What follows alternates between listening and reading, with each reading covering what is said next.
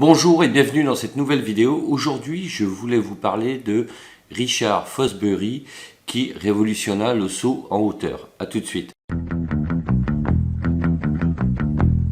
Richard Fosbury était un athlète américain qui pratiquait le saut en hauteur dans les années 60. À l'époque, le saut en hauteur se pratiquait en lançant les pieds en avant. Mais Richard Fosbury, dit Dick Fosbury, n'arrivait pas à sauter de cette manière. Ingénieur de formation, il décida d'étudier comment il pourrait sauter en utilisant une autre technique. Il essaie donc le rouleau dorsal. Après quelques tâtonnements, il s'aperçoit que lorsqu'il balance ses épaules vers l'arrière, son bassin monte plus haut qu'avec les techniques traditionnelles. C'est ce qui lui permet de passer la barre des 2 mètres en 1963. Lors d'une compétition, sa technique fait polémique mais est finalement validée et considérée comme légale pour franchir donc les barres de hauteur. Et c'est tout naturellement en 1967 qu'il se classe à la 5e place des championnats universitaires des États-Unis en utilisant sa nouvelle technique avec le rouleau dorsal. Il franchit ainsi la barre à 2,10 m. En 1968, il franchit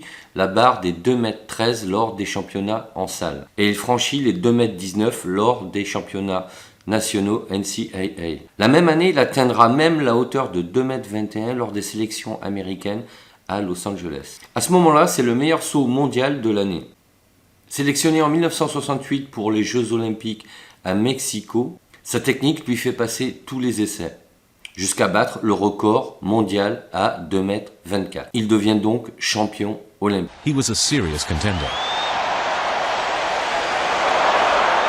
Au début, le saut est refusé, mais après vérification, le jury le valide, car dans le règlement, rien ne l'interdit. Et aujourd'hui, sa technique est reprise par tous les pratiquants du saut en hauteur. Elle s'appelle le Fosbury Flop. Si Fosbury a fait preuve de créativité, c'est parce qu'au départ, avec sa taille de 1,93 m, il n'arrivait pas à sauter avec les techniques académiques. Il a donc été obligé de trouver une solution en réfléchissant sur la gravité du corps et le positionnement du bassin. De cette manière, il s'est aperçu qu'en balançant ses épaules par l'arrière, il pouvait monter son bassin beaucoup plus haut et franchir une hauteur beaucoup plus importante. Inutile de préciser qu'à l'époque, cette technique n'existait pas et qu'il a fallu qu'il s'entraîne longtemps pour pouvoir démontrer à son propre entraîneur que c'était la meilleure méthode. Alors, qui dans un premier temps le concernait, mais qui par la suite a fait des émules. De plus en plus de sportifs se sont mis à l'appliquer. Et aujourd'hui, donc le Fosbury Flop est quasiment la seule technique utilisée dans le saut hauteur, que ce soit dans les championnats du monde ou pendant les Jeux Olympiques. La moralité de l'histoire, c'est que si vous n'arrivez pas à faire quelque chose en suivant la voie classique, il y a certainement et même forcément une solution adaptée à vos capacités, à vos aptitudes pour y arriver. Il suffit juste à un moment donné de faire preuve d'imagination, un peu de visualisation, de concentration et de travail.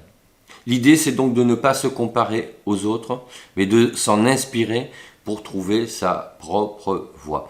Voilà ce que je voulais vous dire sur ce sujet, sur l'audace et la créativité, car Fosbury a révolutionné le saut en hauteur au niveau des Jeux Olympiques, mais dans tous les championnats du monde, et aujourd'hui dans tous les pays, tous les pratiquants de ce sport utilisent sa technique, le Fosbury Flop.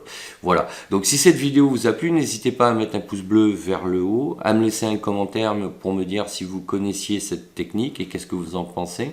Vous pouvez également la partager. Sachez que vous pouvez télécharger librement mon guide « Comment transformer sa vie pour trouver sa voie » ou mon livre « Accomplissez-vous ». Je vous mets les 2 liens sous la vidéo pour les télécharger. Il ne me reste plus qu'à vous dire à bientôt. D'ici là, portez-vous bien. Ciao, ciao.